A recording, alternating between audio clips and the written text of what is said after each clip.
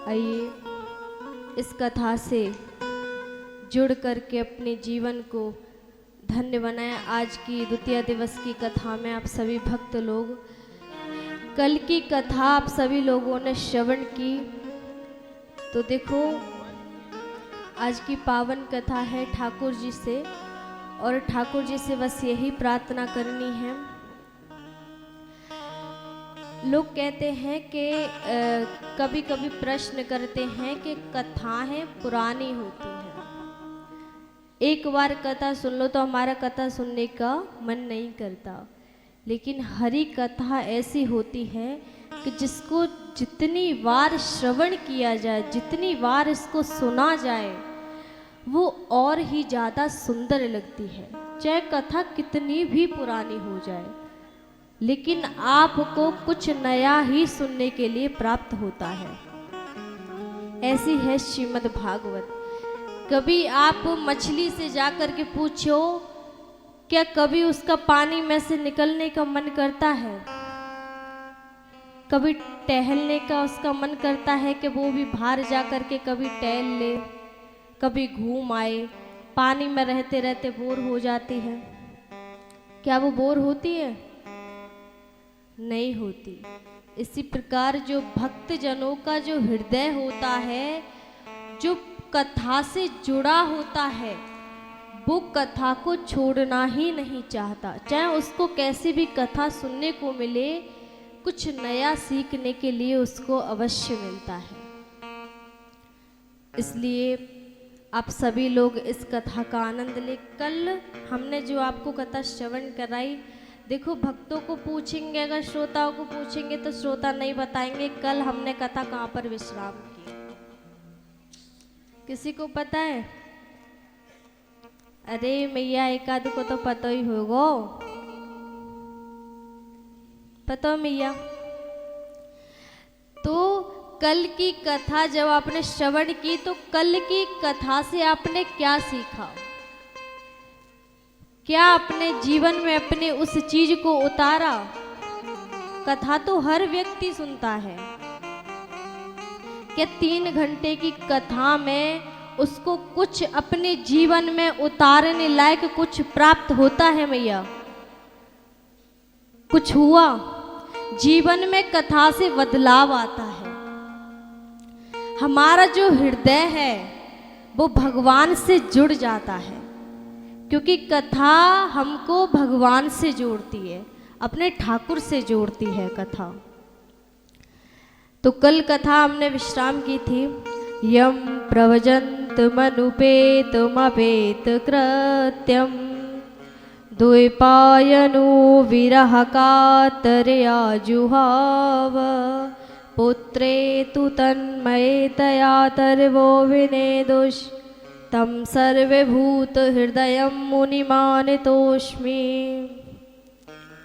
तो ये कथा की जो कथा आरंभ हुई, वो कैसे हुई?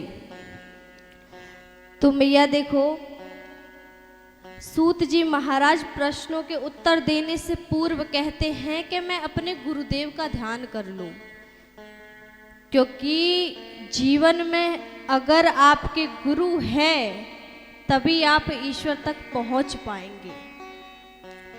क्योंकि भगवान कहते हैं कि मेरा जो स्वरूप होता है दूसरा, वो गुरु होता है। गुरु ही हमको ईश्वर तक पहुंचाता है, ईश्वर से मिलन हमारा गुरु करवाता है। इसलिए सूत जी बोले, पहले मैं उत्तर देने से पूर्व अपने गुरुदेव का ध्यान कर लो। गोलोक धाम, ये कथा आरंभ कहाँ से? गोलोक धाम से। किसने आरंभ की मैया? सुखदेव जी ने। ये कथा सुखदेव जी ने राजा परीक्षित को सुनाई थी। तो देखो, सबसे पहले भागवत कथा को अमर कथा कहा जाता है, क्योंकि हमारे जीवन को जो अमर करती है वो कथा ही है। तो देखो, ये कथाएं वैसे तो हर पुराणों में है, लेकिन वैवत पुराण में एक कथा आती है, नारद जी अपना वीणा बजाते हुए भ्रमण कर रहे थे। तो जैसे ही भ्रमण किया तो वो पहुंचे कैलाश पर्वत। जब मैया वो कैलाश पर्वत पर पहुंचे तो जाकर के महादेव को ढूंढ रहे थे। तो जब महादेव नहीं मिले तो माता पार्वती कैलाश पर्वत पर अकेली थी।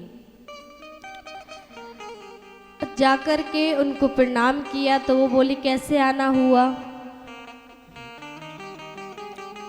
कि मैया देखो हम तो वैसे घूमते ही रहते हैं, तो हमें आज यहाँ का ठिकाना मिल गया, तो हम आपसे एक प्रश्न करना चाहते हैं। तो मैया बोली क्या, कि हम आपसे ये प्रश्न करना चाहते हैं कि आपसे भोले बाबा कितना प्रेम करते हैं। बोले कि ये भी कोई पूछने की बात है, हमसे हमारे भोले बाबा हमारे स्वामी बहुत प्रेम करते हैं। क्या वह अपने जीवन की हर एक बात आपको बताते हैं? तो माता पार्वती बोली हाँ, हर बात हमको बताते हैं। क्या आज तक भोले बाबा ने आपको ये बताया, महादेव ने आपको ये बताया कि ये जो मुंडों की माला धारण किए रहते हैं वो क्यों करते हैं? तो बोले हमको तो नहीं पता, पर इतना पता है कि वो हमसे प्रेम बहुत करते हैं। तो नारद जी बोले क्या खाक प्रेम करते हैं जब आपको वो कुछ बातें ही नहीं बताते?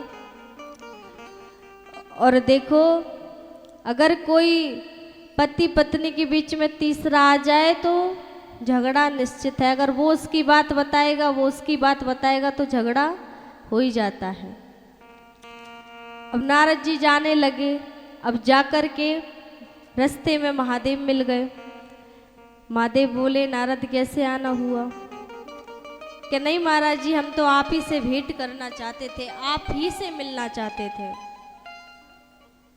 तो महादेव समझ गए कि कुछ तो गड़बड़ है, क्योंकि जहाँ नारद होता है वह गड़बड़ तो अवश्य होती है।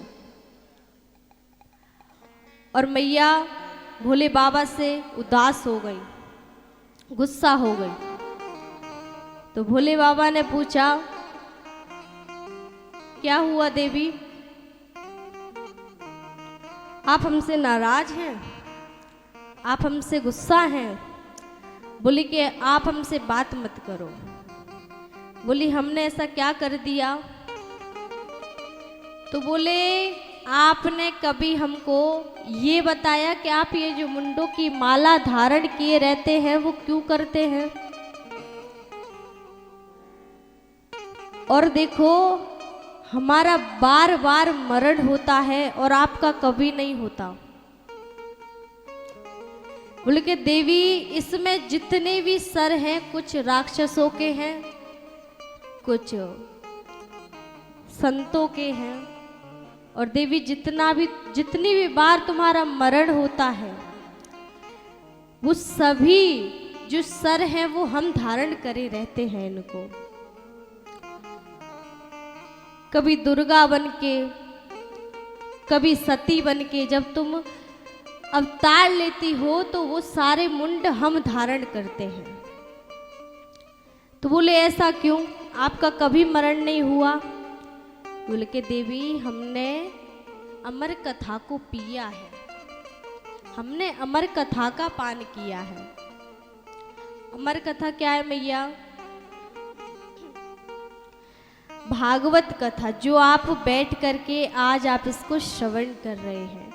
देखिए भागवत में बहुत ताकत होती है, ऐसी बात नहीं थी, ये कोई स्टोरी नहीं होती, ये हमारी पूरी जिंदगी को बदल देने वाली कथा होती है मैया। अगर व्यक्ति भाव से इसमें डूब जाए तो वो अपने जीवन को इस कथा से, इस हरि चर्चा से, भगवान के नाम से जोड़ करके अपने जीवन को धन्य बना सकता है। इतनी ताकत है मैया इस कथा में। ऐसे ही भोले बाबा माता पार्वती को बताने लगे तो माता पार्वती के मन में भी इच्छा जागी कि हम भी कथा सुनेंगे, हमें भी अमर कथा सुनाओ। तो बोले उसके लिए देवी हमको धरती पर जाना पड़ेगा, अमरनाथ, और अमरनाथ में जा करके हम इस कथा को आपको श्रवण कराएंगे। तो बोले कहीं भी जाओ पर हमें इस अमर कथा का पान करना है, हमें भी इस अमर कथा को सुनना है ताकि हम भी अमर हो जाएं आपकी तरह। तो भोले बाबा ने बादाम्बर बिछाया और मैया पार्वती को कथा सुनाने लगी। अब कथा आरंभ हुई। अब मैया ने पूरी कथा सुनी। जब 10वां स्कंद आया तो मैया रास की कथा में ऐसी बह गई कि मैया की समाधि लग गई और डायरेक्ट रास में पहुंच गई। रास की कथा रस प्रदान करती है, इसलिए जो भी व्यक्ति, वैसे तो देखो जो जीने की सबसे ऊंची सीढ़ी होती है वो हमारी रास की कथा है। तो मैया उसमें इतना बह गई कि मैया की आंख लग गई और मैया ने कथा सुनी नहीं। तो ये कथा किसने सुनी? सुख ने। और सुख कौन था? हमारे सुखदेव जी। तो उन्होंने पूरी अमर कथा का पान किया।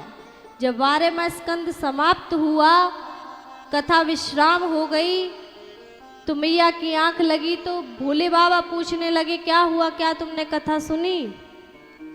तो मैया कहने लगी कि हमने पूरी कथा को श्रवण तो नहीं किया, हम रास की कथा में इतना बह गए कि आगे की कथा हम सुन ही नहीं पाए।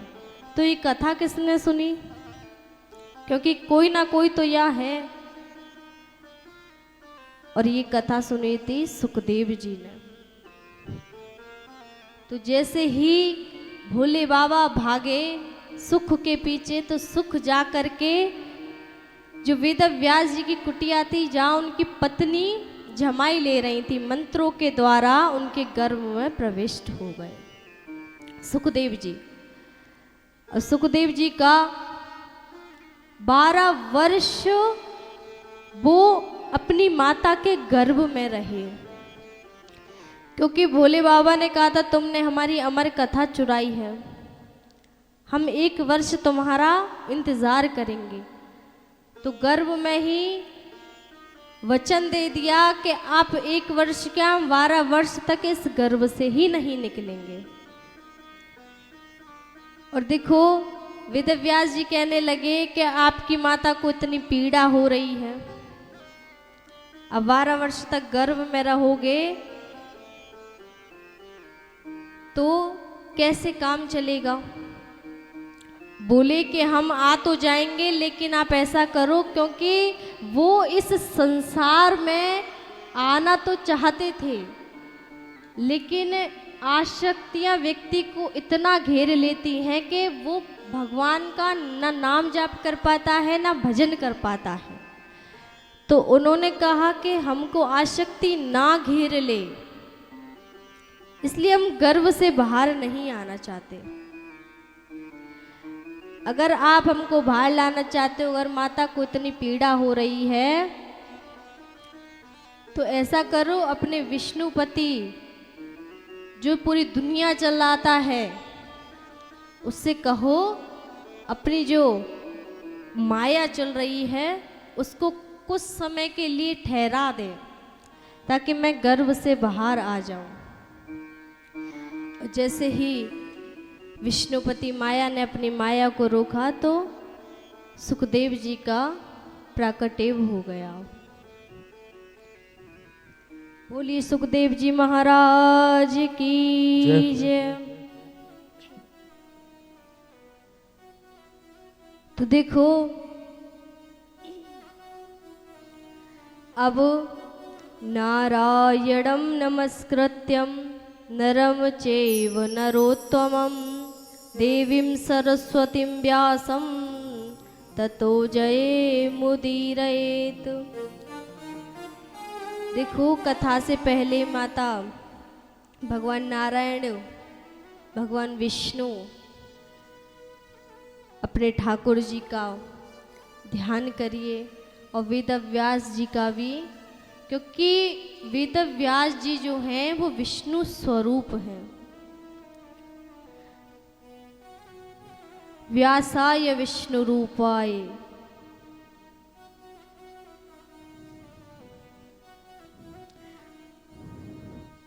तो इसलिए क्या कहा जाता है, व्यासाय विष्णु रूपाय व्यास रूपाय विष्णवे। व्यास जी ही विष्णु का अवतार है और विष्णु जी ही वेद व्यास जी का स्वरूप है।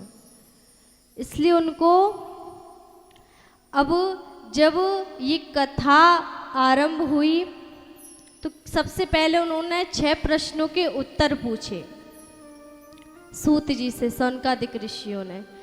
तो उन्होंने बोला कि मनुष्य मात्र के कल्याण का क्या साधन है, पहला प्रश्न। तो उन्होंने बोला कि निष्काम प्रेम ही सर्वोत्तम धर्म है। मानव के लिए सर्वश्रेष्ठ कल्याणकारी साधन केवल एक ही है, कृष्ण की भक्ति। भगवान की कृष्ण की भक्ति में ऐसे रम जाओ कि आपसे कोई पूछे तो आप बस एक ही उत्तर दो कि हमको सिर्फ ठाकुर जी की भक्ति करनी है। तो आपके कल्याण, आपका कल्याण केवल और केवल या तो नारायण कर सकते हैं या उनकी कथा। तो देखो भगवान ने जितनी लीलाएं की, जितने अवतार किए, उन सबसे हमें कुछ ना कुछ सीखने के लिए मिलता है। तो भगवान ने ये अवतार क्यों लिए, ये भी प्रश्न उठा। तो भगवान कहते हैं, जब जब होए धर्म की हानि, बाढ़हु असुर अधम अभिमानी। जब जब धर्म की हानि होती है और असुर इस धरती पर जब भी विशेष या बहुत बढ़ जाते हैं, उनके संहार के लिए भगवान इस अवतार को लेते हैं। तो ऐसे ही भगवान के कितने अवतार हुए, ऐसे ही 6 प्रश्नों के उत्तर उन्होंने पूछे और उन्होंने उत्तर बताए कि भगवान के अनेक अवतार हैं, लेकिन कल्याणकारी अवतार केवल एक ही है। राम का अवतार इसलिए हुआ रमण करने के लिए, और कृष्ण का अवतार इसलिए हुआ हमारा चित्त चुराने के लिए, क्योंकि भगवान की भक्ति ऐसे ही होती है। जब तक आपके मन में भगवत भाव नहीं जागेगा तब तक आप ठाकुर जी की भक्ति नहीं कर पाएंगे। और शिव का तो ना तो शिव का कोई अवतार है, ना शिव ने कोई अवतार लिया, वो अजन्मा है। शिव को जिसने बनाया वो वहीं के हो गए, और जिसने बनाया वो उसी के हो गए। जगह को सिद्ध कर दिया और व्यक्ति को प्रसिद्ध कर दिया। ऐसे हैं हमारे महादेव।